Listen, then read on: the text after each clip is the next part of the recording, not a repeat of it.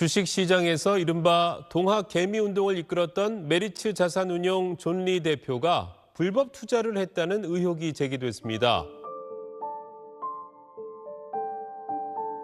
너무 기억하고 싶지 않은 거예요. 네. 근데 이제 30년 동안의 명예가 완전히 쓰레기통에다 갖다 버려진 거니까 네. 딱 한 가지 예. 차명 계좌 없고 불법 투자한 거 없다. 네. 그러면 되잖아요.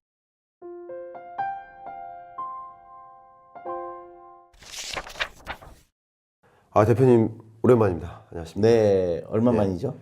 뭐 한 1년 정도만 1년 넘었나요? 네네. 네. 연락은 종종 드렸는데. 그랬나요? 예, 네. 근데 진짜 감회가 새롭네요. 예, 1년 만에 이렇게 뵀는데요. 일단 드리고 싶은 질문이 단도직입적으로 이 메리츠 자산운용사 사표를 내셨잖아요. 내게 된 그 과정부터 뭐 너무 아픈 과거지만 그래도 글쎄요. 우리 독자들은 듣고 싶어 하실 것 같아서. 근데 네. 제가 이제 너무 기억하고 싶지 않은 거예요. 네. 근데 이제 느낌이 진짜 어떻게 이런 일이 일어날 수가 있지? 네. 그러니까 어쨌든 기자가 전화가 와서 뭐 그런 얘기하게 그런 사실 없습니다. 나는 잘못한 게 없는데요. 네. 한 5분 정도 통화한 게 전부예요. 근데 그 다음날 헤드라인으로 존 리가 차명 계좌 뭐 엄청나게 범죄를 저지른 것으로 나와서 네. 그룹에서도 이걸 좀 도와주려고 했는데 네. 후속 기사가 막 뜬 거예요. 후속 기사가 얼마나 났습니까? 후속 기사가 대여섯 번 나왔죠. 아이고. 네. 근데 한 번도 나하고 어떤 전화 통화한 적도 없어요. 근데 후속 기사가 뜨면서 무슨 도표까지 나오고 아주 파렴치한 범으로 하고 예. 또 그분이 또 기자상을 받고 기자상을 또 받아요? 네. 그래서 존 리라는 이 악한 사람을 진 면목을 벗겼다 이러한 저는 이게 뭐지? 네. 그랬는데 어쨌든 일주일 만에 다 일어났어요. 그래서 저도 사람들이 이제 타이밍이 별로 이상했죠. 내가 사임을 했기 때문에 잘못을 인정했구나. 그래갖고 또 거기서 또 후속 보도가 나왔는데 그건 아니고 예. 쫓겨난 거죠. 회사 차원에서. 네, 쫓겨났죠. 예. 뭐 그러니까 저는 일주일 동안에 영문도 모르고 이게 왜 이렇게 됐을까? 뭐 하여튼 안개 속에 거친 것처럼 너무 괴로웠죠. 내 명예가 30년 동안의 명예가 완전히 쓰레기통에다 갖다 버려진 거니까. 그래서 이제 저는 처음에 그런 일이 일어났을 때 그냥 그런가 보다 했는데 후속 보도가 뜬 거예요, 계속. 네. 그래서 점점 더 이 사람은 정말 나쁜 사람이다 이렇게 떠버려 갖고 아주 의도적으로 이 사람을 죽여야 되겠구나 하는 저는 그 의도를 느낄 수밖에 없어요. 네. 저를 취재한 적도 없는데. 그거 참 신기하네요.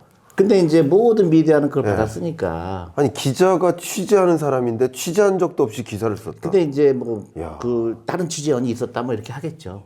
내 생각으로는. 네. 그러니까 어쨌든 간에 그런 일이 일어났고 그래서 이제 이게 뭐 어차피 일어난 일이고 이제 나는 왜 이런 일이 일어났을까? 이제 저는 이제 영문도 잘 모르고 누가 여기에 인볼브 됐는지도 모르고 누가 이렇게 나쁜 짓을 했을까? 이것도 이제 알지도 못하겠고. 그래서 이제 8개월이 지났죠. 그래서 그동안 내가 하고 싶은 거 해야 되겠구나. 그래서 이제 책을 쓰기 시작했죠. 그랬는데 사람들은 나보고 해명을 하라고 그러는데 해명할 수가 없어요. 왜냐하면 가짜와 진짜가 막 섞여 있고 거기에 뭐가 들어가 있고 뭐 우리 와이프 이름 들어가 있고 저는 이거를 그냥 끔찍해서 얘기하고 싶지도 않은데 이제 8개월이 지났는데 아직도 저에 대한 기사를 쓸 때 차명 계좌 의혹 있는 존 리 그런 내 멍이가 씌져 있는 거 이거는 안 되겠다. 그래서 이제는 법을 빌려야 되겠다. 네. 예. 그래서 지금 법의 심판을 받아야 된다고 생각해요. 네. 그래서 저는 이제 그런 구체하게 설명하는 것보다는 네. 이제 한마디로 저는 내 생각으로는 잘못한 게 없다. 차명 계좌 없다. 네. 그리고 불법 투자 없다. 그럼 되잖아요. 네. 그거 다 해결됐잖아요.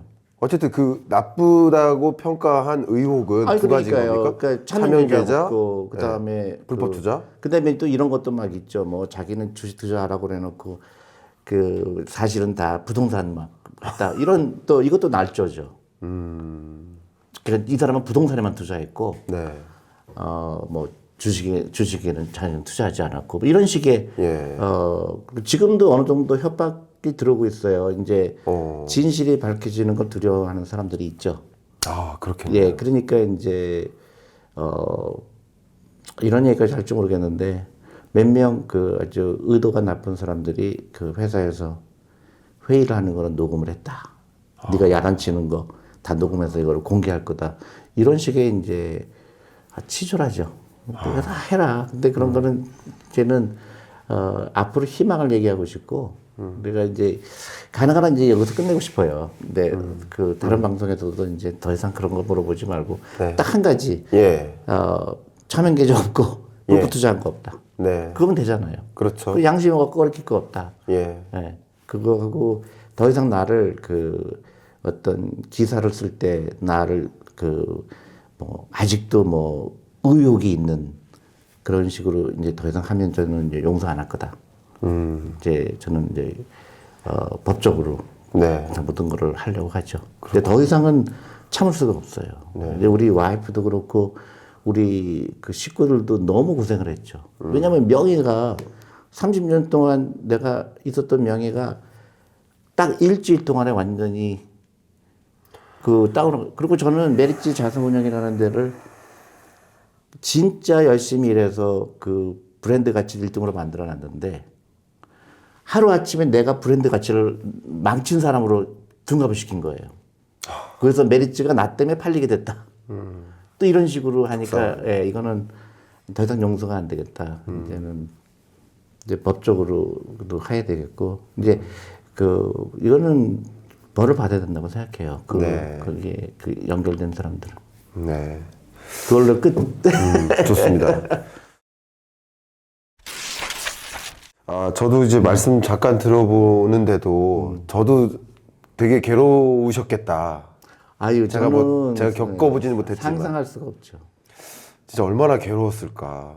예를 들어서 네, 이거예요. 5분마다 기자가 전화가 와요. 예. 그래서 뭐 제가 책에도 잠깐 언급했지만 법인 계좌로 엄청나게 막 횡령을 하셨다며요. 그래서 나는 법인 계좌로 쓴 게 KTX 기차 타고 강연하러 간 게 거의 다인데. 네. 난 차도 없고 그 법인 차도 없고 야 이건 정말 너무 나를 자존심을 상하게 하는구나. 네. 또 어떤 기자는 또 전화가 와서 핸드폰을 10개 만들었다며 회사 핸드폰을 10개요? 10개를 만들어서 예, 저기 뭐 친척도 다 주고. 예. 예. 그래서 나는 내 핸드폰 내가 내 돈 내는 거 하나밖에 없거든요. 네. 그렇게 막 이제 막 진짜와 거짓말이 막 섞이 어느 게 진짜고 거짓말인지 모르고 그냥 막 근데 그거를 전화를 받았다고 생각해 보세요.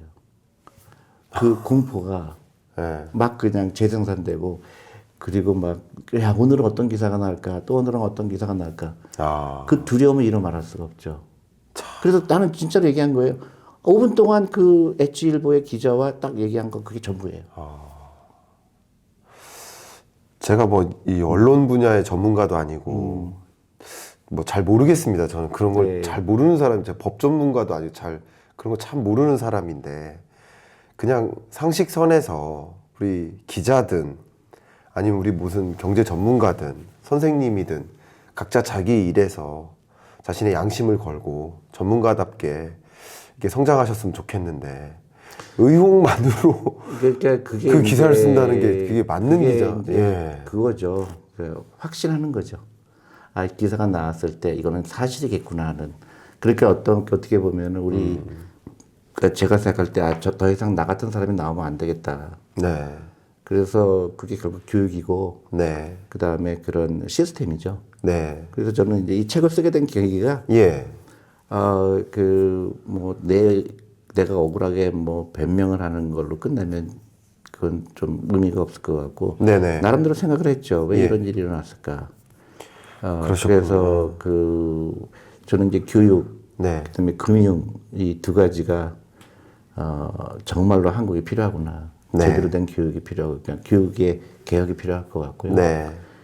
두 번째로는 이 금융의 중요성 네. 얘기하는 거죠. 네. 그 말씀을 저도 좀 본격적으로 좀 여쭙고 싶습니다. 네네. 결과적으로 우리가 금융 교육에 대한 관심, 네. 또 금융을 제대로 이해하고 또 여러분들이 어떤 식으로 살아가는지 아니면 어떤 식으로 내가 부자가 되는 뭐 그런 커리어를 갖는지 이런 관심을 많이 가지셨고 더군다나 이제 대표님께서 그동안에 그런 올바른 금융 교육이 무엇인지 그 말씀을 계속 전해 오셨지 않습니까? 그렇죠. 그 메시지를 전달해 드리고 싶고 그 메시지가 옳든 그르든 그리고 그 메시지가 저랑 똑같은 생각이든 아니든 제가 다른 그렇죠. 생각을 갖고 있기도 하거든요. 근데 그걸 떠나서 어쨌든 대표님의 생각은 어떤 것이고 그래요. 그걸 좀 여쭙고 어쨌든 지금 상황에서 여러분들께 많은 메시지를 좀 전달해 주셨으면 하는 그런 마음이거든요. 그래요. 일단 제가 이 책을 보다 보니까 지금 말씀하신 것처럼 대표님이 그동안에 이제 살아오신 어떤 사진들이나 이런 것들도 많이 볼 수 있었어요. 특히 37세의 네, 존리. 네, 네. 되게 멋있고 당찬 어떤 젊은이? 그래요? 예, 그 모습이었던 것 같아요. 그때 이후로 지금까지 수년이 지나왔는데 그동안 노력해 오셨던 그런 어떤 결과물을 다시 한번 가져오실 수 있는 어떤 계기가 되시기를 좀 바라는 마음이고요. 그런 관점에서 저서에 이 한국의 성장을 막는 것들이라는 대주제가 있더라고요. 그렇죠. 특히 금융이라는 관점에서 네, 네. 어떤 게 이제 한국 성장을 막는 것인지 걸림돌이 되는지 좀 말씀해 주세요. 제가 이제 그 메리츠를 9년 동안 경영을 하면서 느낀 건데요. 네.